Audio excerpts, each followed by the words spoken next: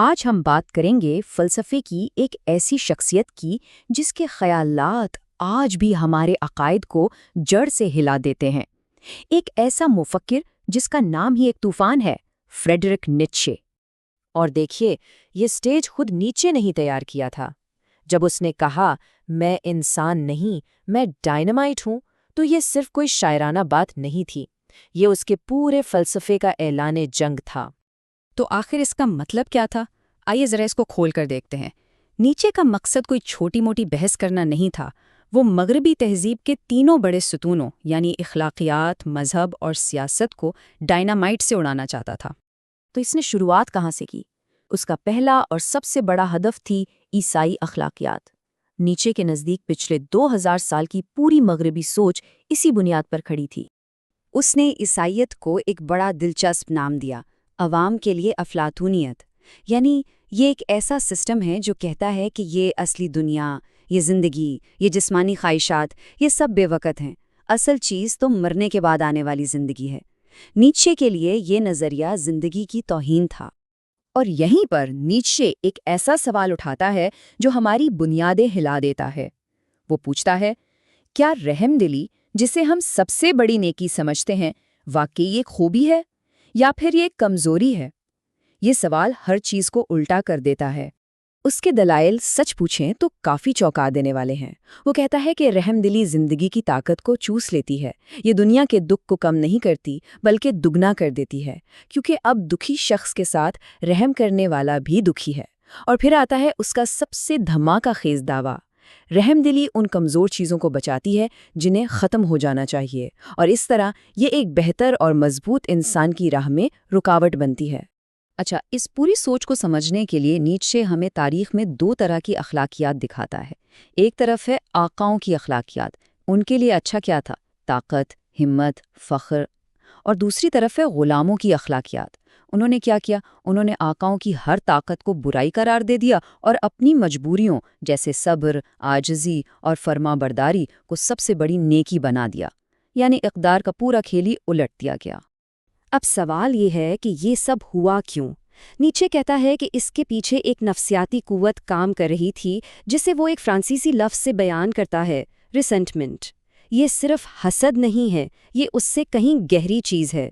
یہ کمزور کی وہ نفرت اور بدلے کی آگ ہے جو طاقتور سے براہ راست لڑ تو نہیں سکتی، اس لیے وہ ایک ایسی اخلاقیات بناتی ہے جس میں طاقتور ہونا ہی گناہ بن جاتا ہے۔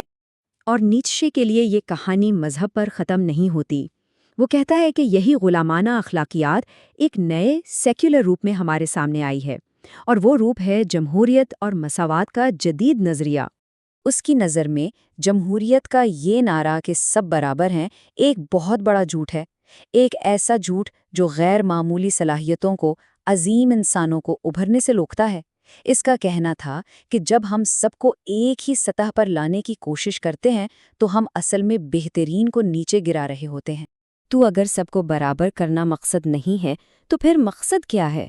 نیچے کے مطابق انسانیت کا مقصد ہے اوبر مینش کا ظہور، یعنی فوق البشر۔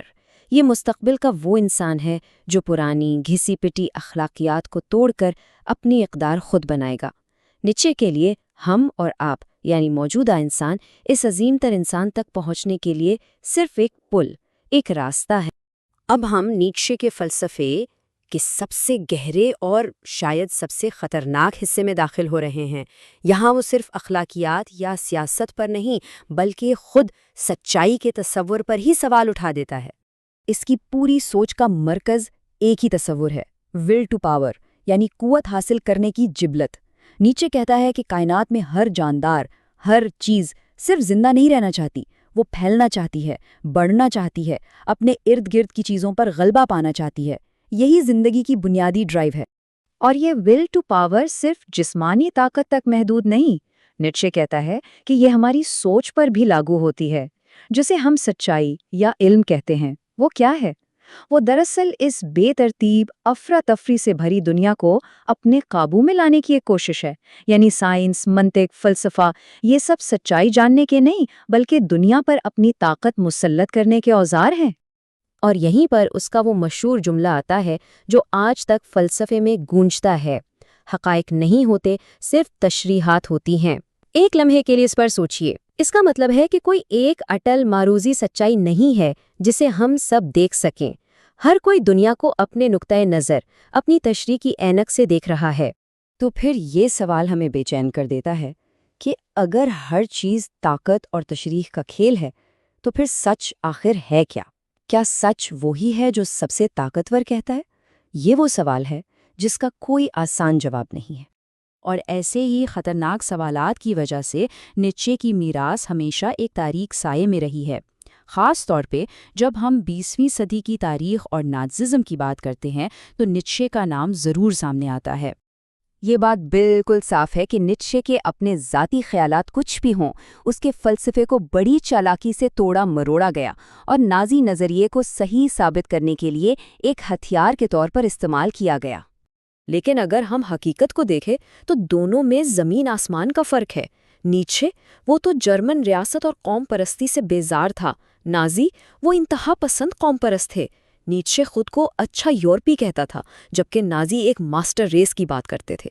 اور سب سے بڑی بات، نیچے سام دشمنی سے شدید نفرت کرتا تھا، جبکہ نازی ازم کی پوری عمارت ہی اسی نفرت پر کھڑی تھی۔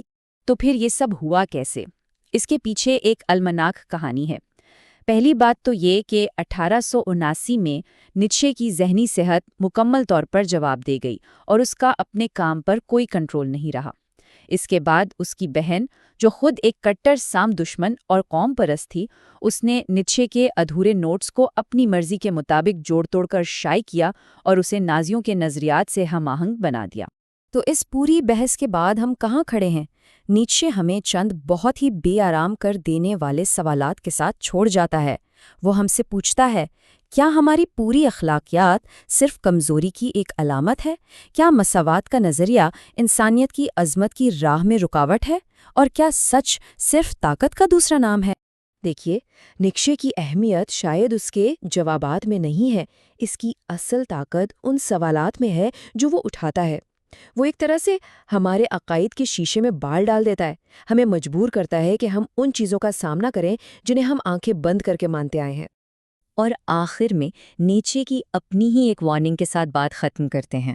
وہ کہتا ہے، جب آپ کسی گہری کھائی میں دیر تک جھانکتے ہیں تو وہ کھائی بھی آپ کے اندر جھانکنے لگتی ہے۔